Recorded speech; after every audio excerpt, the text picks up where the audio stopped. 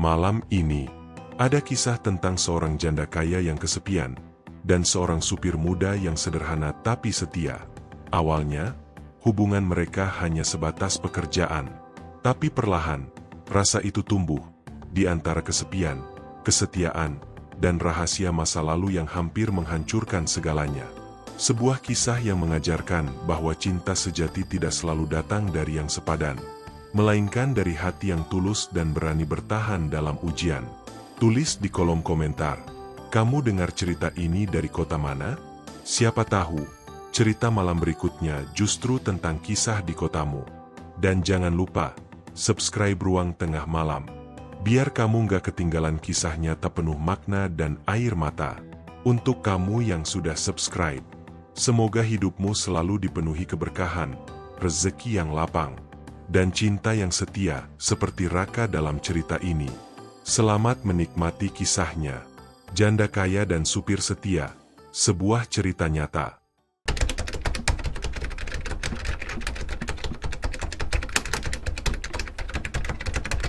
Hujan turun deras malam itu, menetes di jendela besar rumah mewah milik Naila Pramudita. Wanita berusia 36 tahun itu duduk sendirian di ruang tengah, memandangi foto suaminya yang telah tiada. Setahun sudah berlalu sejak kecelakaan pesawat itu merenggut hidup Ardi Pramono, suami yang dulu menjadi sandaran, sekaligus pelindung dalam hidupnya. Namun malam-malam Naila kini terasa begitu panjang, sepi, dan hampa. Gemerlap lampu rumahnya tak mampu menutupi sunyi di dalam hatinya. Di atas meja, segelas teh hangat sudah dingin, sementara pikirannya melayang pada masa lalu yang tak bisa ia genggam lagi. Telepon berdering pelan. Asisten rumah tangganya mengabarkan bahwa besok pagi Naila harus menghadiri rapat dengan investor. Ia hanya menjawab pelan, "Iya, besok pagi aku berangkat." Suaranya datar, tanpa semangat. Dunia bisnis yang dulu membuatnya bangga, kini terasa seperti beban. Ketika ia berjalan ke balkon, petir menyambar langit. Dari sana ia melihat garasi rumahnya, mobil mewah terparkir rapi. Tapi seperti tak berarti apa-apa. Naila menghela napas. Dalam hatinya, ia berbisik, kalau semua ini cuma meninggalkan kesepian, untuk apa aku punya segalanya? Angin malam membawa aroma hujan, dan di kejauhan, terdengar suara mesin tua dari arah gerbang. Penjaga rumah berkata seseorang datang memperbaiki pompa air yang rusak sejak siang tadi. Naila mengangguk tanpa peduli. Tapi ia tidak tahu malam itu adalah awal dari sebuah kisah yang akan mengubah seluruh hidupnya. Pagi itu udara masih lembab setelah hujan semalam. Burung-burung di taman belakang belum sepenuhnya keluar dari sarang, dan aroma tanah basah memenuhi udara. Naila berdiri di depan kaca besar ruang tamu, bersiap untuk berangkat ke kantor. Tapi langkahnya terhenti ketika mendengar suara dari arah halaman. Suara mesin tua, suara seseorang sedang memperbaiki sesuatu. Ia berjalan perlahan keluar, melewati koridor panjang yang sepi. Di samping garasi, ia melihat seorang pria muda, mengenakan kaos abu-abu sederhana dan celana panjang yang mulai pudar warnanya. Tangannya kotor oleh lumpur dan oli, namun gerakannya tenang, cekatan, dan penuh perhatian. Pria itu sedang memperbaiki mesin pompa air yang rusak sejak kemarin. Naila menatapnya sejenak. Ada sesuatu dalam cara pria itu bekerja, sesuatu yang tidak ia temui dalam orang-orang di sekitarnya. Tidak ada keluhan, tidak ada canggung, tidak ada basa-basi. "Mas, sudah lama rusaknya?" tanya Naila pelan. Pria itu menoleh, menatap Naila dengan sopan. "Sejak sore kemarin, Bu. Tapi sepertinya cuma klepnya yang macet. Sedikit lagi selesai." Suaranya tenang, dalam, dan jujur. Beberapa menit kemudian, mesin itu menyala. Air mengalir kembali dengan suara deras. Naila tersenyum kecil, sesuatu yang sudah lama tidak ia rasakan. "Terima kasih ya, Mas," katanya, sambil mengambil amplop kecil berisi uang. Pria itu menatap amplop itu sejenak, lalu menggeleng pelan. "Maaf, Bu, saya sudah dibayar oleh mandor. Saya nggak bisa terima uang lebih." Naila terdiam. Di dunia tempat ia hidup, uang selalu jadi bahasa paling mudah untuk berterima kasih. Tapi kali ini, seseorang menolaknya dengan tulus. Ia menatap pria itu lagi, mencoba mengingat namanya dari laporan penjaga rumah. "Mas siapa? Tadi?" "Raka, Bu. Raka Saputra." Naila mengangguk, lalu berbalik perlahan. Namun di dalam hatinya, nama itu terus bergema. Entah kenapa, untuk pertama kalinya setelah sekian lama, Naila merasa penasaran pada seseorang. Dan tanpa ia sadari, dari balik kaca jendela kamar atas, asisten rumah tangganya melihat senyum kecil yang muncul di wajah Naila. Senyum yang sudah lama hilang sejak kepergian suaminya. Mungkin pagi itu bukan sekadar perbaikan pompa air. Mungkin itu adalah awal dari sesuatu yang belum pernah Naila bayangkan. Hari-hari berikutnya terasa berbeda bagi Naila. Ia tak tahu kenapa, tapi setiap kali mendengar suara mesin di halaman atau langkah seseorang lewat di depan rumah, hatinya berdebar. Beberapa hari setelah pertemuan itu, pompa air kembali bermasalah. Naila langsung meminta agar orang yang memperbaikinya tetap Raka. Bukan karena ia tak percaya teknisi lain, tapi entah mengapa, kehadiran Raka membuat suasana rumahnya terasa lebih hidup.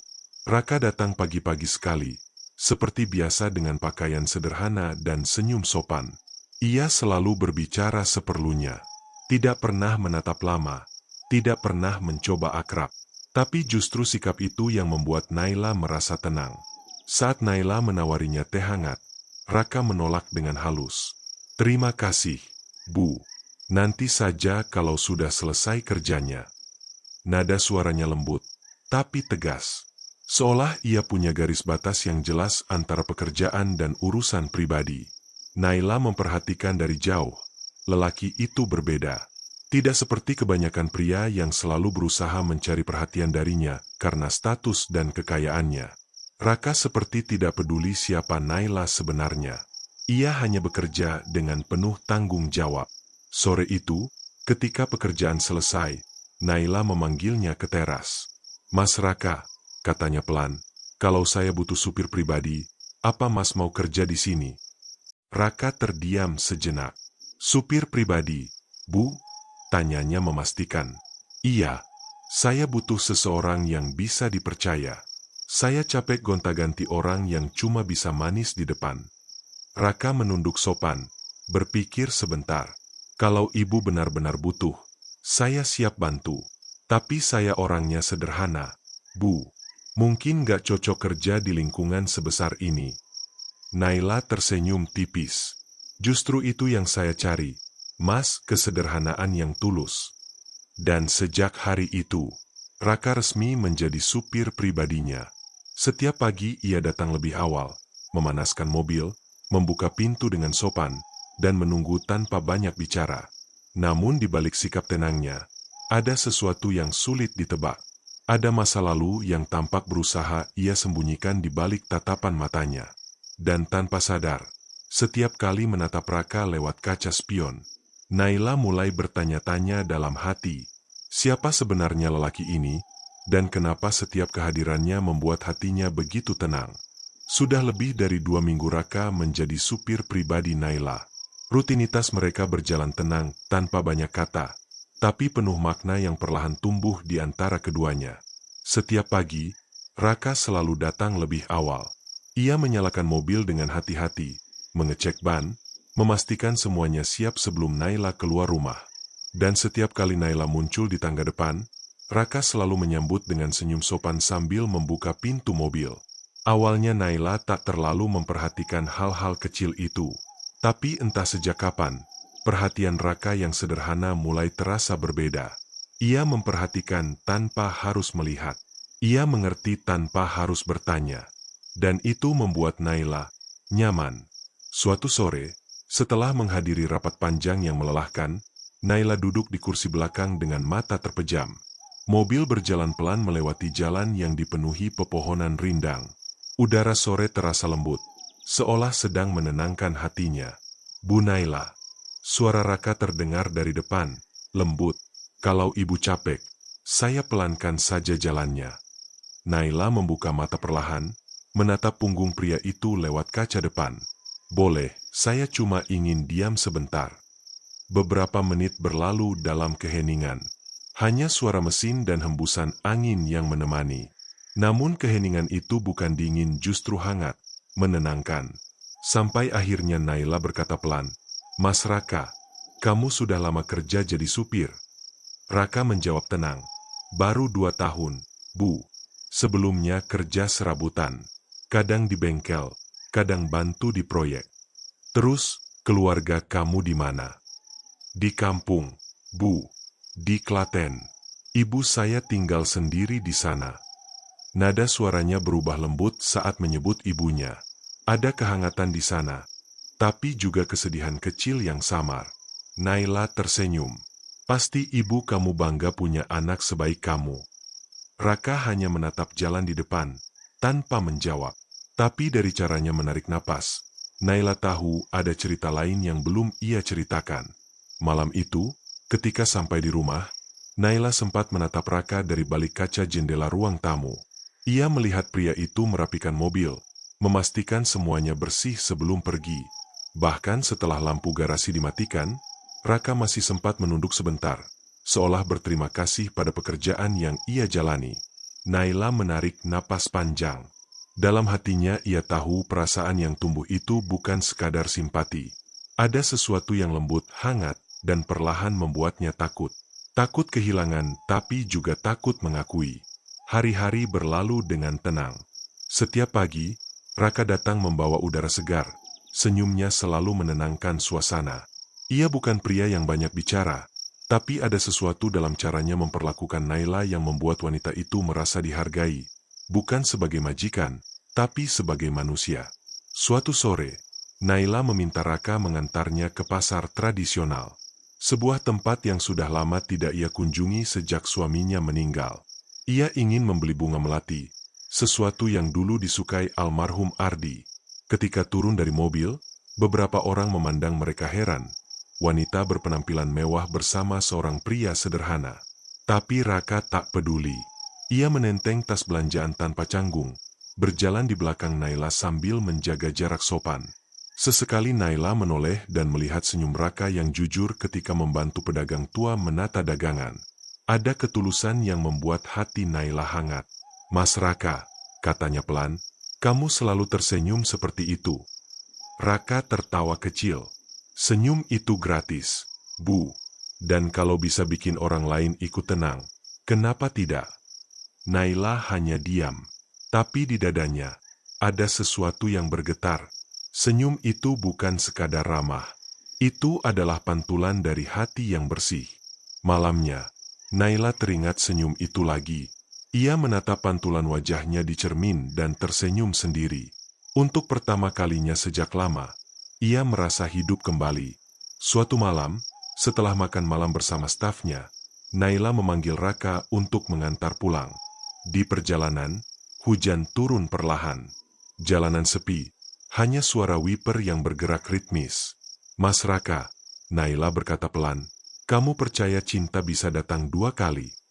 Raka menatap jalan dengan serius. "Mungkin bisa, Bu, kalau hatinya belum benar-benar mati." Jawaban itu membuat Naila terdiam lama. Ia menatap keluar jendela, melihat bayangan lampu kota yang berkilau di atas genangan air. "Dulu, aku pikir hidupku selesai waktu Ardi pergi," ucap Naila dengan suara nyaris berbisik. "Sekarang aku nggak tahu, tapi setiap kali kamu ada di dekatku, aku merasa tenang." Raka tetap diam. Ia tahu harus menjaga jarak, tapi kata-kata Naila menancap di hatinya. Perasaan itu pelan-pelan tumbuh, tapi ia menahannya rapat-rapat. Ketika mobil berhenti di depan rumah, Naila menatap Raka lewat kaca spion. Ada sesuatu di mata mereka yang tak bisa diucapkan. Sebuah bisikan halus dari hati, yang belum berani disuarakan. Keesokan harinya, Naila kedatangan adiknya, Rani. Wanita berusia 29 tahun itu energik, modis, dan suka mencampuri urusan kakaknya. "Mbak, kamu serius pakai supir baru itu?" katanya tajam. "Dia kelihatannya terlalu biasa." Naila menatap adiknya tanpa ekspresi. "Rani, aku cuma butuh orang yang bisa dipercaya, bukan yang bisa pamer gaya." Namun Rani curiga. Diam-diam, ia menyuruh penjaga rumah menyelidiki latar belakang Raka. Ketika tahu Raka berasal dari keluarga miskin di Klaten dan hidup di rumah kontrakan kecil, Rani semakin yakin pria itu punya maksud lain. Sore itu, Rani sengaja memanggil Raka ke teras belakang. "Mas Raka, kamu tahu nggak siapa Ibu Naila itu?" katanya tajam. Raka menunduk sopan. "Saya tahu, Bu. Beliau orang baik, majikan saya." Rani tersenyum sinis. "Jaga jarak. Ya. Jangan coba-coba macam-macam. Banyak yang lebih pantas jadi pendamping kakak saya."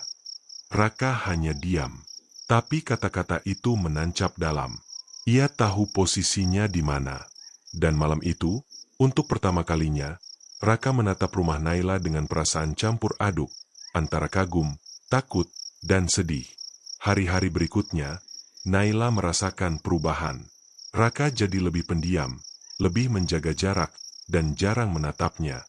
Suatu pagi, saat di perjalanan ke kantor, Naila bertanya pelan, "Mas Raka, kamu kenapa? Ada yang berubah?" Raka menjawab dengan suara tenang tapi berat, "Enggak apa-apa, Bu. Saya cuma belajar menempatkan diri." Naila terdiam. Ia tahu itu bukan jawaban sebenarnya. Dan malamnya, ia mendengar dari asisten bahwa Rani sempat berbicara kasar kepada Raka. Hatinya panas. Tapi Naila tidak langsung marah. Ia hanya duduk di balkon, menatap langit, mencoba menenangkan diri. Ia sadar, perasaan ini sudah melewati batas antara majikan dan bawahan. Dan mungkin, itu juga yang membuat Raka menjauh. Namun cinta tak bisa diperintah. Meski ia mencoba menyangkal, bayangan Raka tetap muncul di setiap sunyi. Suatu hari, Naila jatuh sakit. Demam tinggi membuatnya lemah dan tak bisa keluar kamar. Raka yang biasanya hanya menunggu di garasi, mendengar kabar itu dan memaksa masuk untuk membantu.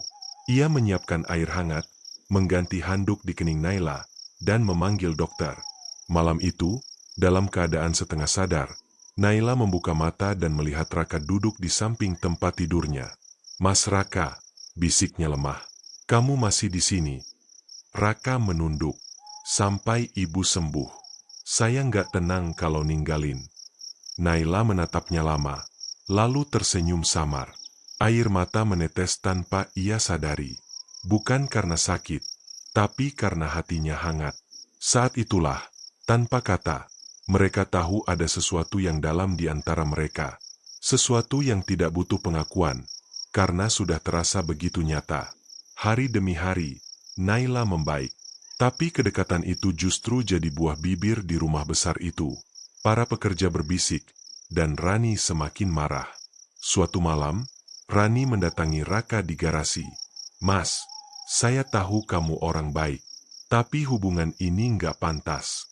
Mbak Naila bukan perempuan sembarangan. Kalau kamu sayang dia, kamu harus pergi." Raka terdiam. Ia tahu kata-kata itu ada benarnya. Dan malam itu juga, setelah semua tertidur, Raka menulis surat pendek dan meninggalkannya di meja ruang tamu. Isinya singkat, "Terima kasih sudah percaya pada saya. Tapi mungkin yang terbaik adalah saya pergi. Maaf kalau kehadiran saya membuat masalah." Keesokan paginya, Naila membaca surat itu dengan tangan gemetar. Raka benar-benar pergi. Dan untuk pertama kalinya setelah lama, air matanya jatuh tanpa bisa ditahan. Hari-hari tanpa Raka terasa kosong. Naila mencoba sibuk dengan pekerjaannya, tapi setiap kali melihat mobil di garasi, hatinya terasa perih. Ia menyuruh asistennya mencari alamat Raka. Beberapa hari kemudian, ia mendapat kabar Raka pulang ke kampung halamannya di Klaten. Tanpa berpikir panjang, Naila berangkat ke sana sendirian. Perjalanan panjang melewati sawah dan desa kecil membuatnya teringat kata-kata Raka. "Di sini hidupnya sederhana, Bu, tapi tenang." Ketika tiba, ia melihat Raka sedang memperbaiki motor tua di depan rumah kecil. Raka terkejut melihatnya. "Ibu, ngapain ke sini?" Naila menatapnya dengan mata berkaca-kaca. "Nyari kamu, Mas. Aku nggak tenang kalau kamu nggak di sini." Raka menghela napas panjang. "Bu, dunia kita beda. Kalau ibu terus dekat sama saya, nanti ibu yang disakiti. Tapi Naila tak peduli. Aku udah disakiti lebih dulu, oleh kehilangan, oleh sepi. Aku nggak mau kehilangan lagi orang yang tulus. Hari itu mereka berbicara lama di bawah pohon jambu depan rumah. Raka bercerita tentang masa lalunya. Ayahnya meninggalkan ibunya demi perempuan kaya. Itulah kenapa ia takut sejarah itu terulang. Aku nggak mau jadi laki-laki yang diingat karena numpang hidup dari perempuan, katanya pelan. Naila menatapnya dalam. Kalau kamu pikir aku cinta karena harta, kamu salah. Aku cinta karena kamu jujur, karena kamu nggak pernah pura-pura. Raka menunduk. Hatinya bergetar. Tapi ia masih diam, belum berani menerima. Kabar kedatangan Naila ke kampung Raka menyebar cepat. Keluarganya menentang keras. Bibinya datang membawa surat dari pengacara keluarga Naila. Seluruh asetnya akan dibekukan jika ia tetap bersama Raka. Naila membaca surat itu tanpa ragu. Ia menandatangani tanpa berpikir dua kali. Saya nggak butuh harta, saya cuma butuh ketenangan, ucapnya tegas. Raka terkejut. Bu, kenapa sejauh itu? Naila menatapnya lembut. Karena buatku, ketulusan kamu lebih berharga dari apapun yang bisa dibeli. Sore itu hujan turun deras. Raka berdiri di depan rumah, menatap jalanan berlumpur yang kini menjadi saksi semua perjuangan mereka. Naila datang dengan payung di tangannya. Ia berdiri di depan Raka, basah kuyup tapi tetap tersenyum. Aku nggak mau lagi cari alasan. Kalau kamu masih mau, aku mau jalan bareng kamu, seberapapun susahnya. Raka menatapnya lama. Hujan turun makin deras, dan tanpa kata, ia memeluk Naila erat. Untuk pertama kalinya, ia tak lagi melawan hatinya sendiri. Tahun demi tahun berlalu. Naila dan Raka hidup sederhana di pinggiran kota, jauh dari hiruk-pikuk dunia bisnis. Mereka membuka bengkel kecil, dan setiap pagi Raka masih dengan senyum yang sama, menyalakan mesin tua yang dulu jadi awal kisah mereka. Naila sering duduk di teras, memandangi suaminya bekerja dengan tangan kotor tapi hati bersih. Kadang ia tersenyum, kadang ia menangis haru, karena akhirnya ia mengerti. Cinta sejati bukan tentang siapa yang punya segalanya, tapi siapa yang tetap tinggal ketika segalanya hilang. Dan di setiap malam, sebelum tidur, Naila selalu berbisik pelan di telinga Raka. Terima kasih sudah setia. Terima kasih sudah jadi rumah buat hatiku. Hujan kembali turun malam itu, tapi kini, sunyi bukan lagi kesepian. Sunyi telah menjadi kedamaian. Kisah ini bukan sekadar tentang cinta yang tumbuh di antara dua dunia yang berbeda, tapi tentang kesetiaan, ketulusan, dan bagaimana takdir bekerja dengan cara yang tak pernah kita duga. Dari Naila, kita belajar bahwa kehilangan bukanlah akhir dari segalanya. Kadang, Allah menghapus seseorang dari hidup kita hanya untuk menghadirkan yang lebih baik, yang mampu menyembuhkan luka lama dengan cara yang lembut. Dari Raka, kita belajar arti keikhlasan dan kehormatan, bahwa menjadi sederhana bukan berarti rendah, dan menjaga batas bukan berarti menolak cinta. Kesetiaan sejati bukan datang dari harta, tapi dari hati yang jujur dan niat yang tulus. Setiap pertemuan punya makna, setiap kehilangan punya tujuan. Terkadang, kisah cinta paling indah lahir dari perbedaan yang tak pernah kita rencanakan. Cerita ini adalah karya fiktif yang dibuat menyerupai kisah nyata, agar kita semua bisa mengambil pelajaran dan makna di dalamnya. Segala kesamaan nama, tempat, atau kejadian hanyalah kebetulan semata. Terima kasih sudah mendengarkan kisah ini sampai akhir. Kalau kamu suka dengan cerita seperti ini, jangan lupa untuk tinggalkan komentar, like videonya, dan subscribe agar tidak ketinggalan cerita menarik lainnya. Karena setiap cerita punya makna, dan mungkin satu di antaranya bisa menyentuh hatimu hari ini.